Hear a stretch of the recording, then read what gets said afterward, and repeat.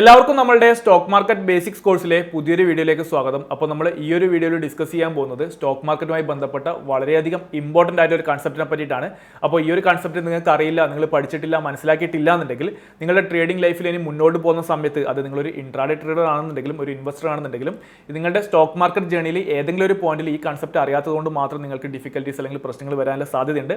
ഈ കൺസെപ്റ്റ് പഠിക്കാതെ സ്റ്റോക്ക് മാർക്കറ്റിൽ പാർട്ടിസിപ്പേറ്റ് ചെയ്ത് സ്റ്റോക്ക് മാർക്കറ്റിൽ ട്രേഡും മറ്റൊക്കെ ചെയ്തിട്ട് വലിയ എമൗണ്ട് നഷ്ടപ്പെടുത്തിയ ആൾക്കാരുണ്ട്. അതുകൊണ്ട് തന്നെ നമ്മൾ ഈ വീഡിയോയിൽ ഡിസ്കസ് ചെയ്യാൻ പോകുന്ന കാര്യങ്ങൾ നിങ്ങൾ അത്രത്തോളം ശ്രദ്ധിച്ചിട്ട് തന്നെ അത്രത്തോളം സീരിയസ് കൊടുത്തിട്ട് തന്നെ കാണാൻ ശ്രമിക്കുക, മനസ്സിലാക്കാനും ഓർത്ത് വെക്കാനും ശ്രമിക്കുക. ഇനി ഇൻ കേസ് മനസ്സിലായിട്ടില്ല, എന്തെങ്കിലും ഡൗട്ടോ കാര്യങ്ങളോ ഉണ്ടെന്നുണ്ടെങ്കിൽ നമ്മൾ തന്നിട്ടുള്ള ഒരു വാട്സപ്പ് നമ്പറിൽ നിങ്ങൾക്ക് നമ്മളെ കോൺടാക്ട് ചെയ്യാനും പറ്റുന്നതാണ്. അപ്പോൾ നമ്മൾ ഈ വീഡിയോയിൽ ഡിസ്കസ് ചെയ്യാൻ പോകുന്ന ഒരു ടോപ്പിക് എന്ന് പറയുന്നത് സർക്യൂട്ട് ലിമിറ്റ്സ് ആണ്. സർക്യൂട്ട് ലിമിറ്റ്സിനെ പറ്റിയിട്ടാണ് നമ്മൾ ഡിസ്കസ് ചെയ്യാൻ പോകുന്നത്. അതായത് നമ്മൾ മുൻപത്തെ വീഡിയോകളിലൊക്കെ പറഞ്ഞിട്ടുണ്ടായിരുന്നു. അതായത് എന്താണ് മാർക്കറ്റിൽ വൺസ് മാർക്കറ്റ് നമുക്കറിയാം 9:15 to 3:30 ആണ് മാർക്കറ്റിൻ്റെ ആ ഒരു ടൈമിംഗ് എന്ന് പറയുന്നത്. അപ്പോൾ മാർക്കറ്റ് സ്റ്റാർട്ട് ചെയ്ത് കഴിഞ്ഞാൽ മാർക്കറ്റ് വർക്കിംഗ് സ്റ്റാർട്ട് ചെയ്ത് കഴിഞ്ഞാൽ ആ ഒരു വർക്കിംഗ് അവേഴ്സിൽ മാർക്കറ്റിൻ്റെ അവേഴ്സിൽ സ്റ്റോക്സിൻ്റെ പ്രൈസ് ഇങ്ങനെ ഫ്ലക്ച്വേറ്റ് ചെയ്തുകൊണ്ടിരിക്കും, ഓരോ സെക്കൻഡിലും ഫ്ലക്ച്വേറ്റ് ചെയ്തുകൊണ്ടിരിക്കും. അപ്പോൾ ഞാൻ പറഞ്ഞിട്ടുണ്ടായിരുന്നു നോർമലി നമുക്ക് സ്റ്റോക്ക് മാർക്കറ്റിൽ കാണാൻ പറ്റുന്ന ഒരു മൂവ്മെൻറ്റ് എന്ന് പറയുന്നത് ഒട്ടുമിക്ക ഒരു വലിയ ഒരു പെർസെൻറ്റേജ് സ്റ്റോക്കുകളിലും നമുക്ക് കാണാൻ പറ്റുന്ന അതിൻ്റെ ഒരു പ്രൈസ് ലെവലിൽ നിന്ന് ഒരു 3% റേഞ്ചിൽ മുകളിലോട്ടും ഒരു 3% താഴത്തോട്ടേക്കുള്ള ഒരു മൂവ്മെൻ്റ് ആണ് നമുക്ക് നോർമലി സ്റ്റോക്കുകളിൽ കാണാൻ പറ്റുക. ഞാൻ പറഞ്ഞത് നമുക്ക് നോർമൽ ഡേയ്സിൽ ഒട്ടുമിക്ക സ്റ്റോക്കുകളിലും കാണാൻ പറ്റുന്ന ഒരു മൂവ്മെൻ്റ് ആണ്. ഇനി ഞാൻ നിങ്ങളോട് ചോദിക്കുകയാണ്, നമുക്ക് ശരിക്കും സ്റ്റോക്ക് മാർക്കറ്റിൽ ഒരു സ്റ്റോക്കിന് ഒരു ദിവസം എത്ര % വരെ മൂവ് ചെയ്യും? ഇപ്പോൾ ഞാൻ പറഞ്ഞത് ഒരു എക്സാമ്പിളാണ്, ജസ്റ്റ് ഇതാണ് ഒരു നോർമലി ഉണ്ടാകുന്ന ഒരു മൂവ്മെൻറ്റ്. ഇനി ഞാൻ നിങ്ങളോട് ഒരു ചോദ്യം ചോദിക്കുകയാണ്, അതായത് ശരിക്കും സ്റ്റോക്ക് മാർക്കറ്റിൽ ഒരു സ്റ്റോക്കിന് എത്രത്തോളം മൂവ്മെൻറ്റ് ഉണ്ടാക്കാൻ സാധിക്കും? എത്രത്തോളം സ്റ്റോക്കിൻ്റെ പ്രൈസ് അതായത് മുകളിലോട്ടാണെങ്കിലും താഴത്തോട്ടാണെങ്കിലും എത്രത്തോളം മൂവ്മെൻറ്റ് ഉണ്ടാക്കാൻ സാധിക്കും? ഒരു 20%, 50%, അല്ലെങ്കിൽ ഒറ്റ ദിവസം കൊണ്ട് ഇരട്ടിയാവാൻ പറ്റുമോ? അതായത് 100% മൂവ്മെൻറ്റ് ഉണ്ടാക്കാൻ പറ്റുമോ? ഒരിക്കലും സാധിക്കില്ല. അതിൻ്റെ റീസൺ എന്ന് പറയുന്നത് സ്റ്റോക്ക് മാർക്കറ്റിൽ സ്റ്റോക്കുകൾക്ക് ഒരു സർക്യൂട്ട് ലിമിറ്റ്സ് ഉണ്ട്. അപ്പോൾ സർക്യൂട്ട് ലിമിറ്റ്സ് എന്ന് പറയുന്നത് അത്രത്തോളം ഇമ്പോർട്ടൻ്റ് ആയ ഒരു കൺസെപ്റ്റാണ്. അതായത് സ്റ്റോക്ക് മാർക്കറ്റിൽ ഒരു ദിവസം സ്റ്റോക്ക് മൂവ് ചെയ്യുന്നതിന്, അത് മുകളിലോട്ട് മൂവ് ചെയ്യുന്നതിനാണെങ്കിലും താഴത്തോട്ടേക്ക് മൂവ് ചെയ്യുന്നതിനാണെങ്കിലും അതിനൊരു ലിമിറ്റ് ഉണ്ട്. അതിൽ കൂടുതൽ ഈ സ്റ്റോക്കുകൾക്ക് മൂവ് ചെയ്യാൻ പറ്റില്ല. അപ്പോൾ എന്താണ്, ഇപ്പോൾ ഒരു 100 രൂപേൻ്റെ സ്റ്റോക്ക് ആണെങ്കിൽ അതിനൊരു അപ്പർ ലെവലും ഉണ്ടാവും. ഓക്കെ, ഒരു മുകളിലോട്ട് മൂവ് ചെയ്യുന്നതിന് ഒരു റേഞ്ച് ഉണ്ടാവും, താഴത്തോട്ടേക്ക് മൂവ് ചെയ്യുന്നതിന് ഒരു റേഞ്ച് ഉണ്ടാവും. അപ്പോൾ ഈ റേഞ്ചിനുള്ളിൽ മാത്രമേ ഈ ഒരു സ്റ്റോക്കിന് അന്നത്തെ ദിവസം ആ ഒരു പർട്ടിക്കുലർ ഡേയിലാണ് ആ ഒരു പ്രൈസ് റേഞ്ചിനുള്ളിൽ മാത്രമേ ഇത്തരം സ്റ്റോക്കുകൾക്ക് മൂവ് ചെയ്യാൻ പറ്റുള്ളൂ. അപ്പോൾ അത്തരത്തിലുള്ള ആ ഒരു റേഞ്ചിനെയാണ് നമ്മൾ സർക്യൂട്ട് ലിമിറ്റ്സ് എന്ന് പറയുന്നത്. ഇത് സർക്യൂട്ട് ലിമിറ്റ്സ് സ്റ്റോക്കുകൾക്ക് മാത്രമല്ല, ഈവൻ ഇൻഡെക്സിന്, നമ്മുടെ ഇപ്പോൾ നിഫ്റ്റിക്കാണെങ്കിൽ നിഫ്റ്റിക്കും ഇത്തരത്തിലുള്ള സർക്യൂട്ട് ലിമിറ്റ്സ് ഉണ്ട്. ഒരു പരിധിയിൽ കൂടുതൽ നിഫ്റ്റിക്ക് ഒരു ദിവസം മൂവ് ചെയ്യാൻ പറ്റില്ല. അപ്പോൾ സ്വാഭാവികമായിട്ട് നിങ്ങളുടെ ഉള്ളിലൊരു ചിന്തയുണ്ടാവും, എന്തിനു വേണ്ടിയിട്ടാണ് ഇത്തരത്തിൽ ഒരു സർക്യൂട്ട് ലിമിറ്റ്സ്, ഇങ്ങനെ ഒരു പരിധി, ഈ ഒരു റേഞ്ചിൽ കൂടുതൽ മൂവ് ചെയ്യാൻ പറ്റില്ല എന്നുള്ളൊരു കണ്ടീഷൻ അവിടെ വെച്ചത് എന്തുകൊണ്ടാണെന്നുള്ളത്. അപ്പോൾ അതിന് പല റീസൺസ് ഉണ്ട്. ഇപ്പോൾ ഒരു ഉദാഹരണത്തിന് നിങ്ങൾ നോക്കുക, നിങ്ങൾ എന്താണ് ഇതിൻ്റെ ഏറ്റവും ബേസിക് ആയ ഒരു ലോജിക്ക് എന്ന് പറയുന്നത് സ്റ്റോക്ക് മാർക്കറ്റിലെ ഇൻവെസ്റ്റേഴ്സിനെ പ്രൊട്ടക്ട് ചെയ്യുക എന്നുള്ളതാണ്. അതായത് അതിൻ്റെ ഇപ്പോൾ ഉദാഹരണത്തിന് പറയുകയാണെങ്കിൽ നിങ്ങളിപ്പോൾ സ്റ്റോക്ക് മാർക്കറ്റിൽ നിങ്ങളൊരു ജോബ് ചെയ്തുകൊണ്ടിരിക്കുന്ന ഒരാളാണ്, നിങ്ങൾ അതിൻ്റെ കൂടെ പാർട്ട് ടൈം ഒരു പാസീവ് ഇൻകത്തിന് വേണ്ടി സ്റ്റോക്ക് മാർക്കറ്റിൽ അതിൻ്റെ കൂടെ തന്നെ ഇൻവെസ്റ്റ് ചെയ്യുന്ന ഒരാളാണെന്ന് ചോദിക്കുക. അപ്പോൾ നിങ്ങൾക്ക് എപ്പോഴും മാർക്കറ്റ് നോക്കിയിരിക്കാൻ പറ്റണമെന്നില്ല. അപ്പോൾ നിങ്ങൾ നോക്കുക, നിങ്ങളിപ്പോൾ ഏതെങ്കിലും ഒരു സ്റ്റോക്ക് ഒരു 100 രൂപയ്ക്ക് വാങ്ങി, ഇനി ഇൻ കേസ് മാർക്കറ്റിൽ ഇപ്പോൾ ഉദാഹരണത്തിന് ടാറ്റ മോട്ടോഴ്സ് എന്ന് പറഞ്ഞൊരു സ്റ്റോക്ക് നിങ്ങൾ വാങ്ങി. ഓക്കെ, ഇപ്പോൾ 100 രൂപയാണെന്ന് വിചാരിക്കുക, 100 രൂപയ്ക്ക് ആ സ്റ്റോക്ക് വാങ്ങി. ഇൻ കേസ് നിങ്ങളിപ്പോൾ ഒരു മാർക്കറ്റ് അവേഴ്സിൽ ആ സ്റ്റോക്കുമായി ബന്ധപ്പെട്ടിട്ട് എന്തെങ്കിലും മോശമായിട്ടൊരു ന്യൂസ് വന്നു എന്ന് വിചാരിക്കാം. മേ ബി അത് ചിലപ്പോൾ ആൾക്കാർ വെറുതെ പുറത്തോട്ട് ന്യൂസ് ആയിരിക്കാം, അല്ലെങ്കിൽ ശരിക്കും ഉള്ള ന്യൂസ് ആയിരിക്കാം. അങ്ങനെ ഒരു ന്യൂസ് വന്നു കഴിഞ്ഞാൽ സ്വാഭാവികമായിട്ട് എന്ത് സംഭവിക്കും? അത്രയും മോശം ന്യൂസ് ആണെങ്കിൽ ഈ സ്റ്റോക്ക് നല്ല രീതിയിൽ താഴത്തോട്ടേക്ക് വരാൻ തുടങ്ങും. തുടങ്ങുന്നതാണ് എല്ലാവരും വിൽക്കുന്നത്. ഇങ്ങനെ സ്റ്റോക്കിൻ്റെ പ്രൈസ് ഫോളോ ചെയ്യാൻ തുടങ്ങുമ്പോൾ ഒട്ടുമിക്ക ആൾക്കാരും സെല്ല് ചെയ്ത് ബൾക്കായിട്ട് സെല്ല് ചെയ്യാൻ തുടങ്ങും. വീണ്ടും എന്താണ് മാർക്കറ്റിലേക്ക് അധികമായിട്ട് സപ്ലൈ വരുമ്പോൾ ഈ സ്റ്റോക്കിന് കണ്ടിന്യൂസ് ആയിട്ട് ഫോളോ ചെയ്ത് പോകും. അപ്പോൾ എന്താണ്, മേ ബി ഒറ്റ ദിവസം കൊണ്ട് ചിലപ്പോൾ ഒരു 30%, 40%, 50%, 60%, 70% ഒക്കെ താഴത്തോട്ടേക്ക് വരും. അപ്പോൾ എന്താണ്, ഇത് ഇത്തരത്തിൽ ചെറിയ ഇൻവെസ്റ്റേഴ്സിനെ സംബന്ധിച്ചിടത്തോളം ഇത് ചിലപ്പോൾ നോക്കിയിരിക്കാൻ പറ്റില്ല. അതുകൊണ്ട് തന്നെ എന്താണ്, ചിലപ്പോൾ വലിയ എമൗണ്ട് ഇത്തരത്തിലുള്ള ആൾക്കാർക്ക് നഷ്ടം വരാനുള്ള സാധ്യതയുണ്ട്. അപ്പോൾ ഏറ്റവും ബേസിക് ലോജിക്ക് എന്ന് പറയുന്നത് ഇൻവെസ്റ്റേഴ്സിനെ പ്രൊട്ടക്ട് ചെയ്യുക, ഒരു പരിധിയിൽ കൂടുതൽ സ്റ്റോക്കുകൾ മൂവ് ചെയ്യുന്നത് കൺട്രോൾ ചെയ്തുകൊണ്ട് അത് മുകളിലോട്ടേക്കാണെന്നുണ്ടെങ്കിലും താഴത്തോട്ടേക്കാണെന്നുണ്ടെങ്കിലും ഇൻവെസ്റ്റേഴ്സിനെ പ്രൊട്ടക്ട് ചെയ്യുക എന്നുള്ളതാണ് ഒന്നാമത്തെ ഒരു കാരണം എന്ന് പറയുന്നത്. അതുപോലെ തന്നെ സ്റ്റോക്ക് മാർക്കറ്റിൽ നിന്ന് നോക്കിക്കഴിഞ്ഞാൽ ചെറിയ സ്റ്റോക്കുകളിൽ, വലിയ സ്റ്റോക്കുകളിൽ ഞാൻ പറയുന്നത് ചെറിയ കമ്പനികളുണ്ടാവും. ഞാൻ മുന്നേ പറഞ്ഞിട്ടുണ്ടായിരുന്നു, ചെറിയ മാർക്കറ്റ് ക്യാപ്പുള്ള പെന്നി സ്റ്റോക്സ് ഒക്കെ ഉണ്ടാവും. അപ്പോൾ ഇത്തരം ചെറിയ ഈവൻ പെന്നി സ്റ്റോക്ക് അല്ല, ഓക്കെ, അത്തരം സ്റ്റോക്കുകളിൽ പലതരത്തിലുള്ള മാനിപ്പുലേഷൻസ് നടക്കും. അതായത് സ്റ്റോക്ക് പ്രൈസ് അനാവശ്യമായിട്ട് ചില ആൾക്കാർ വിചാരിച്ച് കഴിഞ്ഞാൽ, ചില ഗ്രൂപ്പ് ഓഫ് ആൾക്കാർ വിചാരിച്ച് കഴിഞ്ഞാൽ ഇത്തരം സ്റ്റോക്കുകളുടെ പ്രൈസ് മാനിപ്പുലേറ്റ് ചെയ്യാൻ പറ്റും. ഓക്കെ, പലതരത്തിൽ അതിന് പല മെത്തേഡ്സും കാര്യങ്ങളൊക്കെ ഉണ്ട്. പമ്പ് ആൻഡ് ഡംപ് എന്നൊക്കെ പറയും. അതായത് പലതരത്തിലുള്ള ഇപ്പോൾ ആൾക്കാർക്ക് ടിപ്സ് ഒക്കെ കൊടുക്കും. അതായത് മെസ്സേജ് ഒക്കെ അയക്കും, ഇന്ന സ്റ്റോക്ക് സ്റ്റോക്ക് വാങ്ങിക്കോളൂ എന്നൊക്കെ പറഞ്ഞിട്ട് കണ്ടമാനം ആൾക്കാർക്ക് മെസ്സേജ് അയക്കും. ഇത്തരം മെസ്സേജസിലൂടെ സ്റ്റോക്കിൻ്റെ പ്രൈസ് കൂട്ടിക്കൊണ്ടുപോകാനൊക്കെ ആൾക്കാർക്ക് പറ്റും. അപ്പോൾ ഇത്തരത്തിലുള്ള സ്കാംസ് അല്ലെങ്കിൽ ഇത്തരത്തിലുള്ള ഇല്ലീഗലായുള്ള സംഭവങ്ങൾ സ്റ്റോക്ക് മാർക്കറ്റിൽ നടക്കുന്നുണ്ട്. അപ്പോൾ ചെറിയ ചെറിയ കമ്പനികളുടെയൊക്കെ സ്റ്റോക്കിൻ്റെ പ്രൈസ് ഇത്തരത്തിൽ മാനിപ്പുലേറ്റ് ചെയ്യാൻ പറ്റും. അപ്പോൾ എന്താണ് ഇങ്ങനെയുള്ള അനാവശ്യം ഇത്തരം മാനിപ്പുലേഷൻസിലൂടെ അല്ലെങ്കിൽ ഇങ്ങനെയുള്ള തെറ്റായ കാര്യങ്ങളൊക്കെ ചെയ്തിട്ട് സ്റ്റോക്കിൻ്റെ പ്രൈസൊക്കെ ചില ആൾക്കാർ കൂട്ടിക്കൊണ്ടു പോകുന്ന സമയത്ത് അതൊന്നും ഒരു പരിധിയിൽ കൂടുതൽ സമ്മതിക്കാതെ അങ്ങനെ ഒരു സ്റ്റോക്ക് അങ്ങനെ ഒരു മൂവ്മെൻറ്റ് നടത്തുകയാണെങ്കിൽ അതിനൊരു പെർട്ടിക്കുലർ ലെവലിൽ അന്നത്തെ ദിവസം അവിടെ ട്രേഡിംഗ് സ്റ്റോപ്പ് ചെയ്തിട്ട് സെബി ഈ കാര്യങ്ങളൊക്കെ സെബി നോക്കും. അതായത് എന്തുകൊണ്ടാണ് ആ സ്റ്റോക്ക് ഇത്രത്തോളം മൂവ്മെന്റ് നടന്നത്, അതിന്റെ റീസൺ എന്താണെന്നൊക്കെ ഉള്ളത് പ്രോപ്പറായിട്ടുള്ള ഒരു ഇൻവെസ്റ്റിഗേഷനും കാര്യങ്ങളൊക്കെ സ്റ്റോക്ക് മാർക്കറ്റിന്റെ സൈഡ് സെബിന്റെ സൈഡിൽ നടക്കും. അപ്പോൾ ഇത്തരത്തിലുള്ള സർക്യൂട്ട് ലിമിറ്റ്സ് വെച്ചതിന്റെ റീസൺ എന്ന് പറയുന്നത് ഇൻവെസ്റ്റേഴ്സിനെ പ്രൊട്ടക്ട് ചെയ്യുക, അതുപോലെ തന്നെ ഇത്തരത്തിലുള്ള ഇങ്ങനെയുള്ള സ്കാംസ് ത്രൂ അല്ലെങ്കിൽ ഇങ്ങനത്തെ ഇല്ലീഗലായ ആക്ടിവിറ്റീസ് ത്രൂ സ്റ്റോക്കിന്റെ പ്രൈസ് ഒക്കെ ഒരു പരിധി വിട്ട് മൂവ് ചെയ്യുന്നതൊക്കെ തടയാന്നൊക്കെ ഉദ്ദേശത്തിനാണ് ഇങ്ങനെ ഒരു സർക്യൂട്ട് ലിമിറ്റ്സ് വെച്ചിട്ടുള്ളത്. ഇനി നമുക്ക് കുറച്ചും കൂടി കാര്യങ്ങളിലേക്ക് വരികയാണെങ്കിൽ ഏത് സ്റ്റോക്കിനെ സംബന്ധിച്ചിടത്തോളം 2 തരത്തിലുള്ള ലിമിറ്റ്സ് ആണ് അതിനുണ്ടാവുക. രണ്ട് ലിമിറ്റ്സ് ഉണ്ടാവും. ഒന്ന് അതിനൊരു അപ്പർ സർക്യൂട്ട് ലിമിറ്റ് ഉണ്ടാവും, അതുപോലെ തന്നെ ലോവർ സർക്യൂട്ട് ലിമിറ്റ് ഉണ്ടാവും.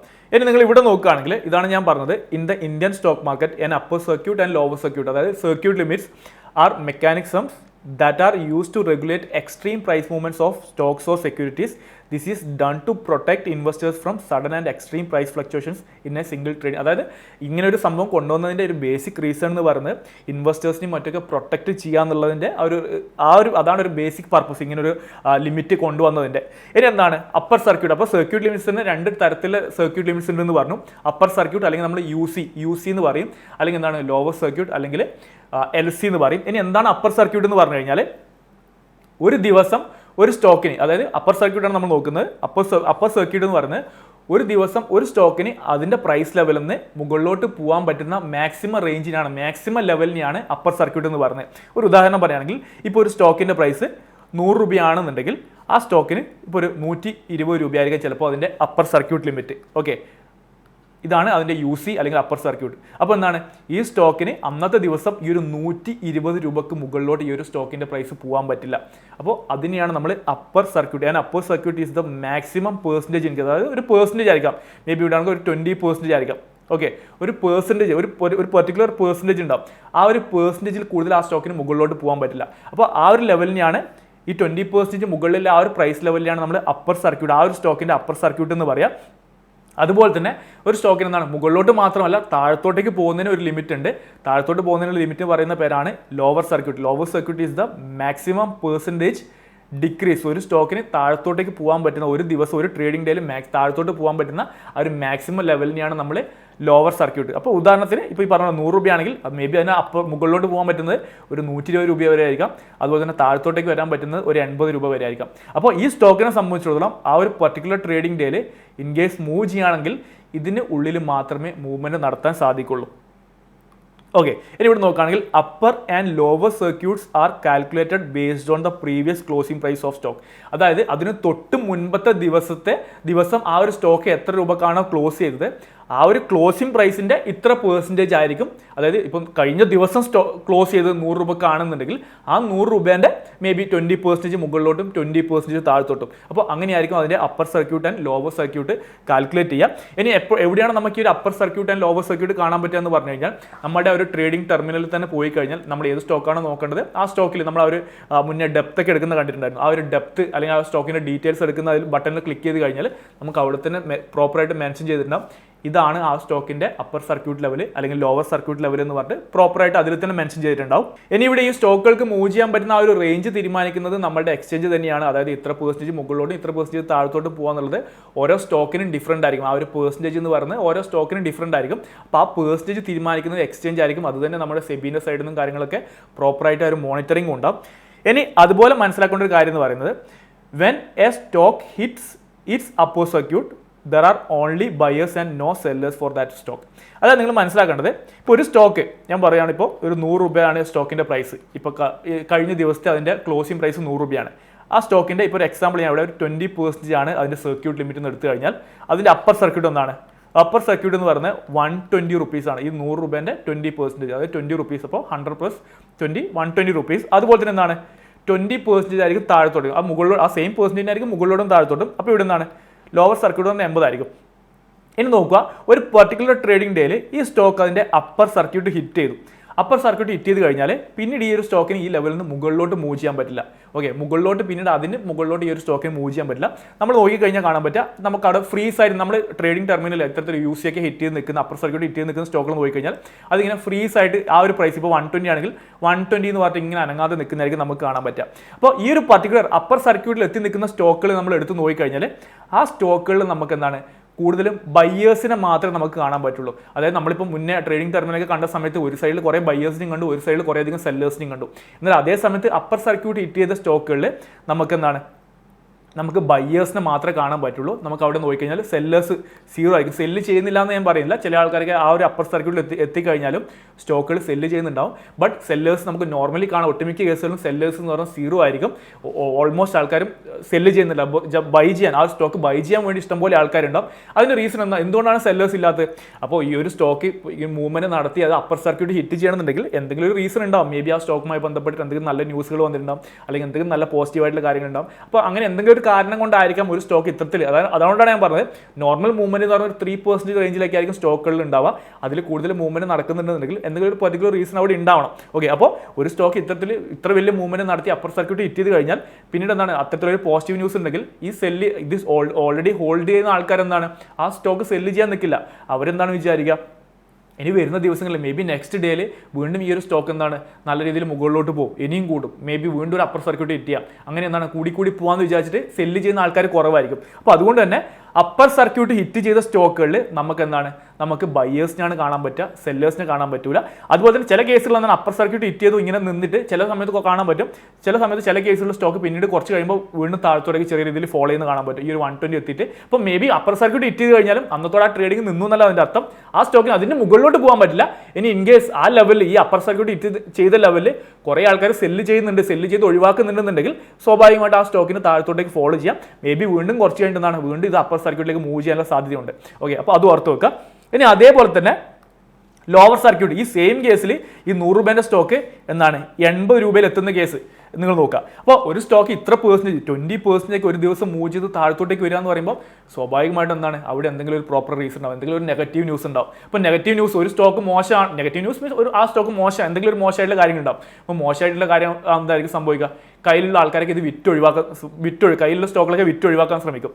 അതാണ് ഇവിടെ പറയുന്നത്. Similarly when A stock hits it's lower circuit there are only sellers. അതായത് ഇത്തരത്തിൽ ലോവർ സർക്യൂട്ട് LCയിലേക്ക് എത്തി നിൽക്കുന്ന സ്റ്റോക്കുകൾ നമുക്ക് നോക്കിക്കഴിഞ്ഞാൽ ആ ഒരു മാർക്കറ്റ് ഡെപ്ത്, ഈ ഒരു ബയേഴ്സും സെല്ലേഴ്സും ഉള്ള ഒരു മാർക്കറ്റ് ഡെപ്ത് എടുത്ത് നോക്കിക്കഴിഞ്ഞാൽ നമുക്ക് കാണാൻ പറ്റും. സെല്ലേഴ്സ് ഇവിടെ ചിലപ്പോൾ ലക്ഷക്കണക്കിൽ ലാക്സിൽ നമുക്ക് സെല്ലേഴ്സ് ഇവിടെ കാണാൻ പറ്റും. പക്ഷേ എന്താണ് ഈ ബയേഴ്സ് എന്ന് പറഞ്ഞാൽ വളരെ കുറവായിരിക്കും, അല്ലെങ്കിൽ ചിലപ്പോൾ സീറോ ആയിരിക്കും. കാരണം എന്തെങ്കിലും ഒരു നെഗറ്റീവ് ന്യൂസ് ഉള്ള സ്റ്റോക്കുകൾ ആരെങ്കിലും വാങ്ങാൻ നിൽക്കില്ല. ഓക്കെ, ബട്ട് സ്റ്റിൽ ആൾക്കാർ വാങ്ങുന്നുണ്ടാവും, ചെറിയ ക്വാണ്ടിറ്റിക്ക് ആൾക്കാർ വാങ്ങുന്നുണ്ടാവും. ബട്ട് എന്താണ് അത്രത്തോളം സപ്ലൈ ഉള്ളത് കൊണ്ട് തന്നെ എന്താണ് ഈ പറയുന്നത് നമുക്ക് നോക്കിക്കഴിഞ്ഞാൽ കാണാൻ പറ്റുക വലിയ അളവിൽ വലിയ എമൗണ്ടിൽ സെല്ലേഴ്സ് ഉണ്ടാവും, വളരെ മൈന്യൂട്ടൊക്കെ ആയിട്ടായിരിക്കും ചിലപ്പോൾ സ്റ്റോക്കുകൾ സെല് ചെയ്യുന്നുണ്ടാവുക. അപ്പോൾ വൺസ് ഒരു സ്റ്റോക്ക് അതിൻ്റെ ലോവർ സർക്യൂട്ട് ഹിറ്റ് ചെയ്ത് കഴിഞ്ഞാൽ അവിടെ എന്താണ് ആ സ്റ്റോക്ക് പിന്നീട് അതിൻ്റെ താഴത്തോട്ടേക്ക് പോവില്ല, ആ ലോവർ സർക്യൂട്ട് ലെവലിന് താഴത്തോട്ടേക്ക് സ്റ്റോക്ക് ഫോളോ ചെയ്യില്ല, എന്താണ് അവിടെ തന്നെ ആയിരിക്കും നിൽക്കുക. മേ ബി ആൾക്കാർ നല്ല രീതിയിൽ ബൈ ചെയ്യാൻ വന്നാൽ മേ ബി ചിലപ്പോൾ റിക്കവറി ഉണ്ടാവാം, ബട്ട് ഒരിക്കലും ഇതിന് താഴത്തോട്ടേക്ക് പോകില്ല. നോർമൽ കേസുകൾ നമുക്ക് കാണാൻ പറ്റുക ലോവർ സർക്യൂട്ട് ഹിറ്റ് ചെയ്ത ലെവലിൽ സെല്ലേഴ്സിനാണ് നമുക്ക് കാണാൻ പറ്റുക.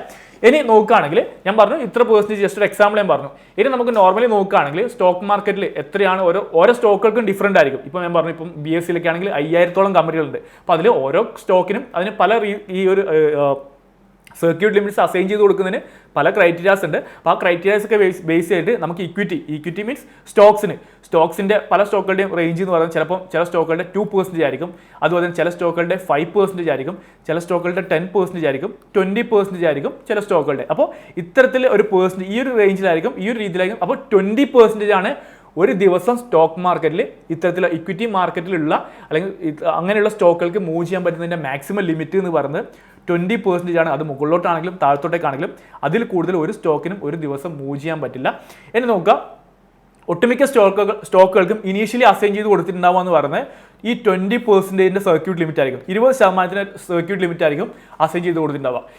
ഇനി ഇൻ കേസ് ഈ ഒരു സ്റ്റോക്ക് മേ ബി നെക്സ്റ്റ് ഒരു 2-3 ദിവസം കണ്ടിന്യൂസ് ആയിട്ട് ഒരു ദിവസം 20% അടിച്ചു, അതിൻ്റെ അടുത്ത ദിവസം 20% അടിച്ചു, വീണ്ടും ഒരു 20% അടിക്കുകയാണെന്നുണ്ടെങ്കിൽ സ്വാഭാവികമായിട്ടും സംഭവിക്കുന്നത് ഇതിൻ്റെ ഈ ഒരു സർക്യൂട്ട് ലിമിറ്റ്സ് ഇത്ര പെർസെൻറ്റേജ് ഉള്ള സർക്യൂട്ട് ലിമിറ്റ്സ് കുറക്കും. അതായത് എക്സ്ചേഞ്ച് അല്ലെങ്കിൽ നമ്മൾ എക്സ്ചേഞ്ച് കുറച്ചിട്ട് ഇതിനൊരു 10% എന്നുള്ള സ്ലാബിലേക്ക് കൊണ്ടുവരും. അപ്പോൾ മുകളിലോട്ടാണെങ്കിൽ പിന്നെ എന്താണ് അതിന് അടുത്ത ദിവസം മുതൽ ഇതിന് 10% ആയിരിക്കും മുകളിലോട്ടാണെങ്കിൽ താഴത്തോട്ട് മൂവ് ചെയ്യാൻ പറ്റുക. ഇനി വീണ്ടും നോക്കാം, വീണ്ടും അടുത്ത ദിവസം ഒരു 10% മൂവ് ചെയ്തു, 10% മൂവ് ചെയ്തു, വീണ്ടും കുറച്ച് ദിവസങ്ങൾ 10% അപ്പർ സർക്യൂട്ട് ഇട്ട് ചെയ്ത് കഴിഞ്ഞാൽ വീണ്ടും എന്ത് ചെയ്യും, എക്സ്ചേഞ്ച് എന്താണ് ഈ ഒരു 10% എന്നുള്ള സ്ലാബ് കുറച്ചിട്ട് 5% കൊണ്ടുവരും. പിന്നെ ഇത് 5% ആയിട്ട് മാറും. അപ്പോൾ ഇത്തരത്തിലാണ് ചിലപ്പം ഈ ഒരു ചില സ്റ്റോക്കുകളുടെയൊക്കെ ചെറിയൊരു പെർസെൻറ്റേജ് ഈ ഒരു യൂസി കാണുന്ന അപ്പർ സർക്യൂട്ട് ലിമിറ്റ് ഈ സർക്യൂട്ട് ലിമിറ്റ്സ് കാണുന്ന സമയത്ത് നമ്മൾ മനസ്സിലാക്കുക ചിലപ്പോൾ ഈ ഒരു രീതിയിലായിരിക്കും കുറച്ച് കൊണ്ടുവന്നിട്ടുണ്ടാവുക. നോർമലി നമുക്ക് 20% ആയിരിക്കും ഉണ്ടാവുക. ഇനി കുറച്ച് ദിവസം ഇനി എന്താണ് ചിലപ്പം ഇത്തരത്തിൽ അടിച്ച് ഈ സർക്യൂട്ട് ലിമിറ്റ്സ് ഹിറ്റ് ചെയ്ത് അത് LCയുടെ കേസിലാണെങ്കിൽ അങ്ങനെ തന്നെയാണ്. കുറച്ച് ദിവസം ഇങ്ങനെ കണ്ടിന്യൂസ് ആയിട്ട് 20% ഹിറ്റ് ചെയ്ത് കഴിഞ്ഞാൽ അത് 10% ആകും, 5% ആകും. ഇനി കുറച്ച് ദിവസം ഇപ്പോൾ ഒരു സ്റ്റോക്ക് 5% എത്തിയെന്ന് വിചാരിക്കാം. പിന്നെ എന്താണ്, പിന്നെ ആ സ്റ്റോക്കിൻ്റെ ട്രേഡിങ് നോർമലായി, പിന്നെ ചെറിയ മൂവ്മെൻ്റ് ഒക്കെയാണ്. സ്റ്റോക്ക് ഏകദേശം സ്റ്റേബിൾ ആയി കഴിഞ്ഞാൽ പിന്നെ ഈ സ്റ്റോക്കിന് എക്സ്ചേഞ്ച് എന്താകും, ഈ ഒരു 5% നേരെ 10% സ്ലാബിലേക്ക് കൊണ്ടുവരും. പിന്നെ എന്താണ്, പിന്നെ അത് ഓക്കെ സ്റ്റേബിൾ ആണ്, വലിയ പ്രശ്നങ്ങളും ഇല്ലാന്ന് തോന്നിക്കഴിഞ്ഞാൽ ഈ 10% വീണ്ടും 20% കൊണ്ടുവരും. അപ്പോൾ ഇങ്ങനെയാണ് ശരിക്കും ഇക്വിറ്റി മാർക്കറ്റിൽ നടക്കുക. അപ്പോൾ ഇക്വിറ്റി മാർക്കറ്റിൽ സ്റ്റോക്കുകൾക്ക് മൂവ് ചെയ്യാൻ പറ്റുന്ന ഒരു മാക്സിമം ലെവൽ, മാക്സിമം റേഞ്ച് എന്ന് പറയുന്നത് ഈ ഒരു 20% ആണ്. വൺസ് ആ ഒരു അപ്പർ സർക്യൂട്ട് അല്ലെങ്കിൽ ലോവർ സർക്യൂട്ട് ലിമിറ്റ് ഹിറ്റ് ചെയ്ത് കഴിഞ്ഞാൽ നമുക്ക് കാണാൻ പറ്റുക ആ സ്റ്റോക്ക് ഇങ്ങനെ ഫ്രീസ് ആയിട്ട് അനങ്ങാതെ നിൽക്കുന്നതായിരിക്കും, ആ ഒരു പ്രൈസ് അനങ്ങാതെ നിൽക്കുന്നതായിരിക്കും ഒട്ടുമിക്ക കേസുകളിലും കാണാം. ചില കേസുകളിൽ ഞാൻ പറഞ്ഞ പോലെ തന്നെ സെല്ലേഴ്സും ബയേഴ്സും ഒക്കെ വന്നു കഴിഞ്ഞാൽ ചിലപ്പോൾ വീണ്ടും ആ ഒരു സ്റ്റോക്കിൽ താഴത്തോട്ടേക്ക് വരാനൊരു പോസിബിലിറ്റി ഉണ്ട്. ഇപ്പോൾ ഞാനിവിടെ പറഞ്ഞത് ഇക്വിറ്റി മാർക്കറ്റിൽ ഇക്വിറ്റിയിൽ മാത്രം, ഇക്വിറ്റി എന്ന് പറയുന്ന സെഗ്മെന്റ് ആണ്, അതായത് സ്റ്റോക്സിനെ പറയുന്നതാണ് ഇക്വിറ്റി എന്ന് പറയുന്ന സെഗ്മെന്റ്. ഇനി വേറൊരു സെഗ്മെന്റ് കൂടിയുണ്ട് നമുക്ക്, അതായത് ഫ്യൂച്ചേഴ്സ് ഡെറിവേറ്റീവ് മാർക്കറ്റ് എന്ന് പറയുന്ന ഒരു സെഗ്മെന്റ് കൂടി നമുക്കുണ്ട്. അപ്പോൾ ഈ പറയുന്ന നമ്മളിപ്പോൾ പറഞ്ഞു 5000-ഓളം കമ്പനികളുണ്ടെന്ന് പറഞ്ഞു. ഈ 5000-ഓളം കമ്പനികളിൽ തന്നെ ഈ ഏകദേശം 200-250-ഓളം കമ്പനികൾ ഈ F&O ഇക്വിറ്റി ഈ സ്റ്റോക്കുകൾ തന്നെ അതിൻ്റെ ഡെറിവേറ്റീവ്, അത് നിങ്ങൾ എന്താണ് സംഭവം, ഇപ്പോൾ എന്താണ് ഡെറിവേറ്റീവ് മാർക്കറ്റ് പഠിക്കേണ്ട, ജസ്റ്റ് ഈ ഒരു കൺസെപ്റ്റ് മനസ്സിലാക്കുക. ഈ സെയിം സ്റ്റോക്കുകൾ, അതായത് ഈ പറയുന്ന 5000-ഓളം കമ്പനികളിൽ 10-200 കമ്പനികൾ എന്താണ് ഇക്വിറ്റി ഈ F&O ഡെറിവേറ്റീവ് മാർക്കറ്റിൽ ട്രേഡ് ചെയ്യപ്പെടുന്നുണ്ട്. അപ്പോൾ ആ അത്തരത്തിൽ ഡെറിവേറ്റീവ് മാർക്കറ്റിൽ ട്രേഡ് ചെയ്യപ്പെടുന്ന കമ്പനികളുടെ സ്റ്റോക്കുകൾക്ക് അതിൻ്റെയും സ്റ്റോക്കുകൾ ഉണ്ടാവും. അതായത് ഇപ്പോൾ ഉദാഹരണത്തിന് ടാറ്റ മോട്ടോഴ്സ് ആണെന്നുണ്ടെങ്കിൽ ടാറ്റ മോട്ടോഴ്സിൻ്റെ തന്നെ ടാറ്റ മോട്ടോഴ്സിൻ്റെ ഇക്വിറ്റിയും ഉണ്ടാവും, നോർമൽ ഇക്വിറ്റി സാധാ സ്റ്റോക്കുകളും ഉണ്ടാവും. അതുപോലെ തന്നെ അതിൻ്റെ തന്നെ ഡെറിവേറ്റീവ് മാർക്കറ്റിൽ അത് ട്രേഡ് ചെയ്യപ്പെടുന്നുണ്ടാവും. അപ്പോൾ ഇത്തരത്തിൽ ഡെറിവേറ്റീവ് മാർക്കറ്റിൽ കൂടി ട്രേഡ് ചെയ്യപ്പെടുന്ന സ്റ്റോക്കുകൾക്ക്, അതായത് ഡെറിവേറ്റീവ് മാർക്കറ്റിൽ കൂടി ട്രേഡ് ചെയ്യപ്പെടുന്ന സ്റ്റോക്കുകളുടെ ഇക്വിറ്റീസിന് അതിൻ്റെ ഈ ഒരു സ്ലാബ് എന്ന് പറഞ്ഞാൽ അല്ലെങ്കിൽ ഈ ഒരു അപ്പർ സർക്യൂട്ട് ലിമിറ്റ്സ് എന്ന് പറഞ്ഞാൽ ഡിഫറൻ്റ് ആണ്. അതാണ് നമ്മൾ നോക്കാൻ പോകുന്നത്. ഈ ഒരു F&Oയിൽ കൂടി ട്രേഡ് ചെയ്യപ്പെടുന്ന സ്റ്റോക്കുകളുടെ എന്താണ് ഈ ഒരു സർക്യൂട്ട് ലിമിറ്റ്സ് എങ്ങനെയാണ് വരിക എന്ന് പറഞ്ഞു കഴിഞ്ഞാൽ അതിനൊരു ഫിക്സഡ് സർക്യൂട്ട് ഇല്ല, ഇതുപോലെ ഒരു സർക്യൂട്ട് അല്ല. ഇൻ കേസ് ഇതിൻ്റെ ഒരു സർക്യൂട്ട് എങ്ങനെയാണ്, ഈ F&Oയിലുള്ള സ്റ്റോക്കുകളുടെ സർക്യൂട്ട് എങ്ങനെയാണ് വരുന്നത് പറഞ്ഞു കഴിഞ്ഞാൽ, ഇൻ കേസ് ആ ഒരു സ്റ്റോക്ക് ഒരു ദിവസം, അതാണ് ഇതാ പറഞ്ഞത് ഡോണ്ട് ഹാവ് ഫിക്സഡ് സർക്യൂട്ട്, ഇതിനൊരു ഫിക്സഡ് സർക്യൂട്ട് ലിമിറ്റ്സ് ഇല്ല, ഇത്ര പെർസെൻറ്റേജ് ഒരു ദിവസം മൂവ് ചെയ്യാൻ പറ്റുള്ളൂ എന്ന് പറഞ്ഞൊരു ഫിക്സഡ് ആയിട്ടുള്ള സർക്യൂട്ട് ലിമിറ്റ് അതിനില്ല. F&Oയിലേക്ക് വരുന്ന സമയത്ത് എങ്ങനെയാണെന്ന് പറഞ്ഞു കഴിഞ്ഞാൽ, ഇൻ കേസ് ഒരു സ്റ്റോക്ക് F&Oയിൽ കൂടി ട്രേഡ് ചെയ്യപ്പെടുന്ന സ്റ്റോക്ക് അതിൻ്റെ ഇക്വിറ്റിയിൽ ഒരു 10% മൂവ് ചെയ്ത് കഴിഞ്ഞാൽ അവിടെ കുറച്ച് സമയം ഒരു 10-15 മിനിറ്റോളം ഈ ഒരു സ്റ്റോക്ക് അവിടെ ഹോൾഡ് ചെയ്യും. അതായത് അതിൻ്റെ ട്രേഡിങ് ഒരു 15 മിനിറ്റോളം സസ്പെൻഡ് ചെയ്യും. നേരത്തെ പോലെ അവിടെ നമുക്ക് മുന്നേ ആണെന്നുണ്ടെങ്കിൽ എന്താണ് ഈ ഒരു അപ്പർ സർക്യൂട്ട് നേരത്തെ ഈ കേസുകളിലൊക്കെ ആണെങ്കിൽ അപ്പർ സർക്യൂട്ടിൽ ഇറ്റ് ചെയ്ത് കഴിഞ്ഞാലും അവിടെ ആൾക്കാർക്ക് ട്രേഡ് ചെയ്യാം. ഓക്കെ, ഇവിടെ എന്താണെന്ന് പറഞ്ഞു കഴിഞ്ഞാൽ ഇവിടെ ഈ ഒരു അപ്പർ സർക്യൂട്ടിൽ ഈ ഒരു സർക്യൂട്ട് ലിമിറ്റ് എത്തുന്ന സമയത്ത് അവിടെ ഒരു കൂളിംഗ് പീരീഡ് ഉണ്ടാവും. ഓക്കെ, അപ്പോൾ ഒരു 10-15 മിനിറ്റോളം ആ ഒരു സ്റ്റോക്ക് ആ ഒരു പ്രൈസിൽ അവിടെ നിൽക്കും. വീണ്ടും ഈ ഒരു 15 മിനിറ്റ് കഴിഞ്ഞാൽ അതിന് വീണ്ടും അതിൻ്റെ സർക്യൂട്ട് ലിമിറ്റ്സ് വീണ്ടും അത് എക്സ്റ്റെൻഡ് ചെയ്ത് കൊടുക്കും. ഒരു 5% അല്ലെങ്കിൽ 10% എന്ന രീതിയിൽ അത് എക്സ്റ്റെൻഡ് ചെയ്ത് കൊടുക്കും. വീണ്ടും അത് ഹിറ്റ് ചെയ്ത് കഴിഞ്ഞാൽ വീണ്ടും ഇത്തരത്തിൽ ഒരു കൂളിംഗ് പീരീഡ് ഉണ്ടാവും. ആ കൂളിംഗ് പീരീഡ് കഴിഞ്ഞതിന് ശേഷം വീണ്ടും അത് എക്സ്റ്റെൻഡ് ചെയ്ത് കൊടുക്കും. അപ്പോൾ ഇത്തരത്തിലാണ് F&Oയിൽ വരുന്ന സ്റ്റോക്കുകളുടെ കേസ്. അപ്പോൾ സ്വാഭാവികമായിട്ട് നിങ്ങളുടെ മനസ്സിലൊരു ഡൗട്ട് ഉണ്ടാവും, എന്തുകൊണ്ടാണ് F&Oയിൽ വരുന്ന സ്റ്റോക്കുകൾക്ക് മാത്രം ഇത്തരത്തിൽ അങ്ങനെ ഒരു ഫിക്സഡ് ആയിട്ടില്ല.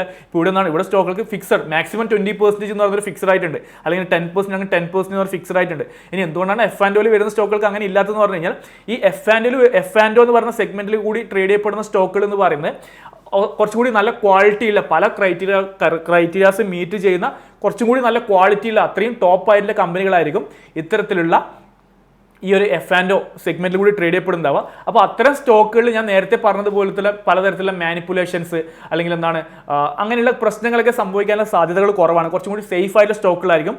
അതുകൊണ്ട് തന്നെയാണ് ഇത്തരത്തിൽ എന്താണ് ഒരു ഫിക്സഡ് ആയിട്ടുള്ള ഒരു സ്ലാബ് അവിടെ വെക്കാതെ ഇത്തരത്തിൽ എന്താണ് ഇങ്ങനെ സ്ട്രെച്ച് ചെയ്ത് ചേഞ്ച് ചെയ്ത് കൊണ്ടുപോകുന്ന തരത്തിലുള്ള ഒരു സ്ലാബ് അവിടെ കൊടുത്തിട്ടുള്ളത്. ഇനി നമുക്ക് എന്താണ് ഇപ്പോൾ ഞാൻ ഇത്രയും സമയം പറഞ്ഞത് സ്റ്റോക്കുകളുടെ കേസിലാണ്. ഇനി അതുപോലെ തന്നെ ഇൻഡെക്സിൻ്റെ കേസിലും നമുക്ക് സർക്യൂട്ട് ലിമിറ്റ്സ് അവൈലബിൾ ആണ്. ഇൻഡെക്സിൻ്റെ കേസിൽ നമുക്ക് അപ് ടു 20% സർക്യൂട്ട്, അതായത് 10% ഒരു സ്ലാബ്, അതായത് ഇൻഡെക്സ് എന്ന് പറയുമ്പോൾ നിഫ്റ്റി, ഇപ്പോൾ നിഫ്റ്റി ആണെങ്കിൽ നിഫ്റ്റി, ഓക്കെ, നിഫ്റ്റി ഒരു 10% സർക്യൂട്ട് ഉണ്ട്, 15% സർക്യൂട്ട് ഉണ്ട്, 20% സർക്യൂട്ട് ഉണ്ട്. അപ്പോൾ ഇതിൽ കുറച്ചും കൂടി കാര്യങ്ങൾ ചേഞ്ച് ഉണ്ട്. ഇവിടെ എന്താണ് ഈ സർക്യൂട്ട് എപ്പോഴാണോ ഹിറ്റ് ചെയ്യുന്നത് അതിൻ്റെ ടൈമും കൂടി ഇവിടെ കൺസിഡർ ചെയ്യും. ഓക്കെ, ഞാൻ ഇതിലേക്ക് കൂടുതൽ ഡീറ്റെയിൽ ആയിട്ട് പോകുന്നില്ല. ഇതൊക്കെ വളരെ റെയർ ആയിട്ട് സംഭവിക്കുന്ന ഒരു കേസാണ്. സ്റ്റോക്കുകളുടെ അങ്ങനെയല്ല, സ്റ്റോക്കുകളുടെ പലപ്പോഴും ഇടയ്ക്കിടയ്ക്ക് സംഭവിക്കും. പല സ്റ്റോക്കുകളായിട്ട് നമുക്ക് റിയൽ മാർക്കറ്റിൽ കാണാൻ പറ്റും. പക്ഷേ ഈ സംഭവം എന്ന് പറയുന്നത് നമ്മളിപ്പം ഇപ്പോൾ എൻ്റെ പേഴ്സണൽ കേസ് ഞാൻ ലാസ്റ്റ് കണ്ടത് എപ്പോഴാണ്, ഒരു കൊറോണയുടെ സമയത്താണ് ഞാൻ കണ്ടത്. അപ്പോൾ ഇത്രയും വലിയ ഇഷ്യൂസ് വരുന്ന സമയത്ത് മാത്രം ഇങ്ങനത്തെ ഒരു സംഭവം നമുക്ക് സംഭവിക്കുള്ളൂ മാർക്കറ്റിൽ. 10% ഒരിക്കലും മാർക്കറ്റ് മൂവ് ചെയ്യില്ല. നോർമൽ മാർക്കറ്റിലാണെങ്കിൽ നമുക്ക് കാണാൻ പറ്റിയ ഒരു മാക്സിമം ഒരു ഒട്ടുമിക്ക ദിവസങ്ങളിലും ഒരു അപ് ടു 2%, 3% ഒക്കെ ആയിരിക്കും മാക്സിമം നടക്കുന്ന മൂവ്മെൻറ്റ്. ഇതൊക്കെ rarest of the rarest movement ആണ്. അപ്പോൾ അതിനെന്താണ് ഇവിടെ പല ടൈം എപ്പോഴാണ് ഈ ഇത്തരം മൂവ്മെൻറ്റ് നടക്കുന്നത് എന്നുള്ളതിൻ്റെ ഉച്ചയ്ക്ക് ശേഷമാണോ, അല്ല 1 മണിക്കുള്ളിലാണോ, 2 മണിക്ക് ശേഷമാണോ എന്നുള്ള കാര്യങ്ങൾ കൂടി കൺസിഡർ ചെയ്തിട്ട് ഇവിടെ പലതരത്തിലുള്ള ഒരു ഹോൾട്ട്, മാർക്കറ്റ് ഇത്ര സമയം ഹോൾട്ട് ചെയ്ത് വെക്കുന്നത്, ട്രേഡിംഗ് പൗസ് ചെയ്ത് വെക്കുന്നതിൻ്റെയൊക്കെ കുറച്ച് കാര്യങ്ങൾ ഇവിടെ ഉണ്ട്. നിങ്ങൾക്ക് വേണമെങ്കിൽ ജസ്റ്റ് വായിച്ച് നോക്കാം. ഞാൻ കൂടുതൽ എക്സ്പ്ലെയിൻ ചെയ്തിട്ട് വീഡിയോ ലെങ്ത് കൂട്ടുന്നില്ല. അപ്പോൾ സ്റ്റോക്കിൻ്റെ ഇക്വിറ്റീൻ്റെ, അതായത് ഇപ്പോൾ നിങ്ങൾക്ക് എന്താണ് നമ്മളിപ്പോൾ നോക്കി, ഇക്വിറ്റീൻ്റെ നമ്മൾ നോക്കി 2%, 5%, 10%. അതുപോലെ തന്നെ ഇക്വിറ്റി ഏതാണ് എഫ് ആൻഡ് ഓയിലും ഇക്വിറ്റിയിലും ട്രേഡ് ചെയ്യപ്പെടുന്ന സ്റ്റോക്കുകൾ നമ്മൾ നോക്കി. അതിന് ഫിക്സഡ് അല്ല. 10% എത്തുമ്പോൾ ഒരു കോളിംഗ് പീരീഡ് ഉണ്ട്, വീണ്ടും എക്സ്റ്റെൻഡ് 15 മിനിറ്റ് കഴിയുമ്പോൾ വീണ്ടും ഓപ്പൺ ചെയ്യും, വീണ്ടും ഹിറ്റ് ചെയ്ത് കഴിഞ്ഞാൽ വീണ്ടും, അതാണ് ആ ഒരു ഇതിൽ. അപ്പോൾ അതുപോലെ തന്നെ നമ്മൾ ഇൻഡെക്സിൻ്റെ എങ്ങനെയാണെന്ന് നോക്കി, ഇൻഡെക്സിനെ അധികം എക്സ്പ്ലെയിൻ ചെയ്യുന്നില്ല.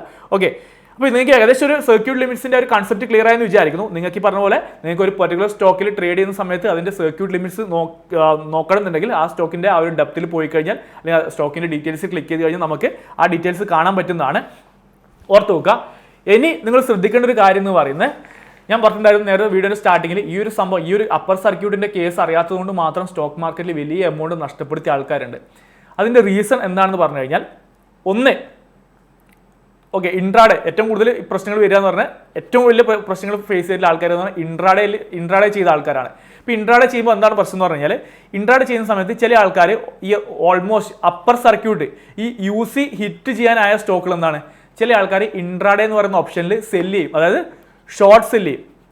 അതായത് ഓൾമോസ്റ്റ് ഒരു അപ്പർ സർക്യൂട്ട്, ഇപ്പോൾ 100 രൂപയ്ക്ക് ട്രേഡ് ചെയ്ത് സ്റ്റാർട്ട് ചെയ്ത സ്റ്റോക്ക് ഇപ്പോൾ ഒരു 120 ലെവൽ എത്താൻ നിൽക്കുകയാണ്. ഓക്കെ, 120 എത്താൻ നിൽക്കുകയാണ്. ഇപ്പോൾ മേ ബി ഒരു 190, അതായത് ഈ 120 ആയിരിക്കും യൂസ് ചെയ്തതിൻ്റെ. ഓക്കെ, ചിലപ്പോൾ ചില ആൾക്കാർ എന്താണ് ഇത്ര കൂടിയതല്ലേ, ചില ആൾക്കാർ ചിന്തിക്കുന്നത് എങ്ങനെയായിരിക്കും, ഇത്ര രൂപ കൂടിയതല്ലേ, ഇനി കുറച്ച് കറക്ഷൻ വരാനൊരു സാധ്യത ഉണ്ടെന്ന് തോന്നിയിട്ട് ചില ആൾക്കാർ നേരെ 119 രൂപയ്ക്ക് എത്തുമ്പോൾ സെല്ല് ചെയ്യും. ഓക്കെ, അതായത് 119 രൂപ എത്തുന്ന സമയത്ത് ഈ സ്റ്റോക്ക് സെല്ല് ചെയ്തു. ഓക്കെ, ഇൻട്രാഡേയിൽ സെല്ല് ചെയ്തു. ഓക്കെ, ഇൻട്രാഡേയിൽ സെല്ല് ചെയ്തു. ഇനി എന്താണ്, അവർ വിചാരിച്ച് നേരെ അഗെയിൻസ്റ്റ് ആയിട്ട് ഈ സ്റ്റോക്ക് പോയിട്ട് ഈ അപ്പർ സർക്യൂട്ട് ഹിറ്റ് ചെയ്തു എന്ന് വിചാരിക്കാം. അപ്പർ സർക്യൂട്ട് ഹിറ്റ് ചെയ്തു. അപ്പർ സർക്യൂട്ട് ഹിറ്റ് ചെയ്ത് കഴിഞ്ഞാൽ നമ്മൾ നേരത്തെ പഠിച്ചു, അപ്പർ സർക്യൂട്ട് ഹിറ്റ് ചെയ്ത് കഴിഞ്ഞാൽ അവിടെ ബയേഴ്സ് മാത്രമേ ഉണ്ടാവുള്ളൂ, അവിടെ സെല്ല് ചെയ്യാൻ ആൾക്കാർ ഉണ്ടാവില്ല. Okay, no sellers upper circuit hit ചെയ്ത് കഴിഞ്ഞാൽ. ഇനി എന്താണ്, ഈ ഇൻട്രാഡേയിൽ ഈ ഷോർട്ട് സെല്ല് ചെയ്ത ആളെ സംബന്ധിച്ചിടത്തോളം അന്നത്തെ ദിവസം ആ ട്രേഡിംഗ് അവേഴ്സ് ക്ലോസ് ആവുന്നതിന് മുന്നേ ഇവിടെ എന്താണ്, ഈ പൊസിഷൻ സ്ക്വയർ ഓഫ് ചെയ്യണം. ഈ പൊസിഷൻ സ്ക്വയർ ഓഫ് ചെയ്യണം. സ്ക്വയർ ഓഫ് ചെയ്യണം എന്ന് പറഞ്ഞാൽ എന്താണ്, ഇവിടെ ഇയാൾക്ക് ഈ സ്റ്റോക്ക് ഇതൊരു 1000 ക്വാണ്ടിറ്റി ആണ് സെല്ല് ചെയ്യുന്നുണ്ടെങ്കിൽ ഈ 1000 ക്വാണ്ടിറ്റി ഇയാൾക്ക് എന്താണ് തിരിച്ച് 1000 ക്വാണ്ടിറ്റി തിരിച്ച് ബൈ ചെയ്യണം. എന്നാൽ മാത്രമേ ഈ പൊസിഷൻ ഇപ്പോൾ എന്താണ് കറന്റ് -1000 ആണ് ഉള്ളത്, 1000 ക്വാണ്ടിറ്റി സെല്ല് ചെയ്തിട്ടുള്ളത്. ഇനി 1000 ക്വാണ്ടിറ്റി ഇയാൾക്ക് തിരിച്ച് വാങ്ങിയാൽ മാത്രമേ ഈ പൊസിഷൻ സ്ക്വയർ ഓഫ് ആവുള്ളൂ. അപ്പോൾ ഇവിടെ നിന്നാണ് അപ്പർ സർക്യൂട്ട് ഹിറ്റ് ചെയ്തുകൊണ്ട് തന്നെ ഇയാൾക്ക് തിരിച്ച് ബൈ ചെയ്യണമെന്നുണ്ടെങ്കിൽ ഇവിടെ സെല്ല് ചെയ്യാൻ ആൾക്കാരില്ല. അതുകൊണ്ട് തന്നെ എന്ത് പറ്റും, ഇയാൾക്ക് അന്നത്തെ ദിവസം ഈ പൊസിഷൻ സ്ക്വയർ ഓഫ് ചെയ്യാനും ഇയാളുടെ ട്രേഡ് അവിടെ ക്ലോസ് ചെയ്യാനും പറ്റില്ല. ഇത് കോമൺ ആയിട്ടുണ്ടാകുന്ന പ്രശ്നമാണ്, വലിയൊരു പ്രശ്നം തന്നെയാണ്. അപ്പോൾ ഇങ്ങനത്തെ കേസുകളിൽ ഇങ്ങനെ സ്ക്വയർ ഓഫ് ചെയ്യാൻ പറ്റാതെ നമ്മളുടെ ഇങ്ങനെ അപ്പർ സർക്യൂട്ട് ഹിറ്റ് ചെയ്ത്, അതായത് ഷോർട്ട് സെല്ല് ചെയ്തിട്ട് ഒരു സ്റ്റോക്ക് അപ്പർ സർക്യൂട്ട് ഹിറ്റ് ചെയ്യുകയാണെന്നുണ്ടെങ്കിൽ പിന്നീട് എന്താണ്, ഇയാൾക്ക് ആ പൊസിഷൻ എക്സിറ്റ് ചെയ്യാൻ പറ്റില്ല. എന്നാണ് അന്നത്തെ ദിവസം അത് എക്സിറ്റ് ചെയ്തിട്ടില്ല എന്നുണ്ടെങ്കിൽ സ്വാഭാവികമായിട്ടും നെക്സ്റ്റ് ഡേയ്സിൽ ഈ ട്രേഡ് മാനേജ് ചെയ്യുക എന്ന് പറയുന്നത് നമ്മളെ ബ്രോക്കേഴ്സ് ആയിരിക്കും. ബ്രോക്കേഴ്സ് ഈ സ്റ്റോക്ക് ബൈ ചെയ്യുക എന്ന് പറയുന്നത് ഓപ്ഷൻ മാർക്കറ്റ് എന്ന് പറയുന്നൊരു മാർക്കറ്റ് ഉണ്ട്. ഓപ്ഷൻ മാർക്കറ്റിൽ നിന്നുമാണ് ഈ സ്റ്റോക്ക് തിരിച്ചു വാങ്ങുക. അങ്ങനെ തിരിച്ചു വാങ്ങുന്ന സമയത്ത് ഇവിടെ ഈ പ്രൈസിന് നമ്മൾ ലാസ്റ്റ് കണ്ട ഈ മാർക്കറ്റ് പ്രൈസിനേക്കാളും കൂടിയ പ്രൈസിലേക്കും തിരിച്ചു വാങ്ങാം. അപ്പോൾ നമ്മൾ പഠിച്ചിട്ടുണ്ടായിരുന്നു, ഷോർട്ട് സെല്ല് ചെയ്തിട്ട് നമ്മൾ വാങ്ങിയതിനേക്കാളും പ്രൈസ് മുകളിലോട്ട് പോയി കഴിഞ്ഞാൽ നമുക്ക് ലോസ് ആയിരിക്കും വരിക.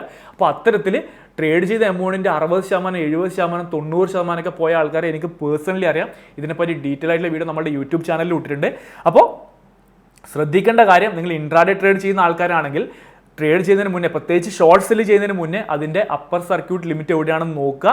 അപ്പർ സർക്യൂട്ട് ലിമിറ്റ് നോക്കി അതിന് അപ്പർ സർക്യൂട്ട് എത്താൻ നിൽക്കുന്ന സ്റ്റോക്കിലാണെങ്കിൽ അത്തരം സ്റ്റോക്കുകളിൽ ട്രേഡ് ചെയ്യുന്ന അവോയ്ഡ് ചെയ്യുക.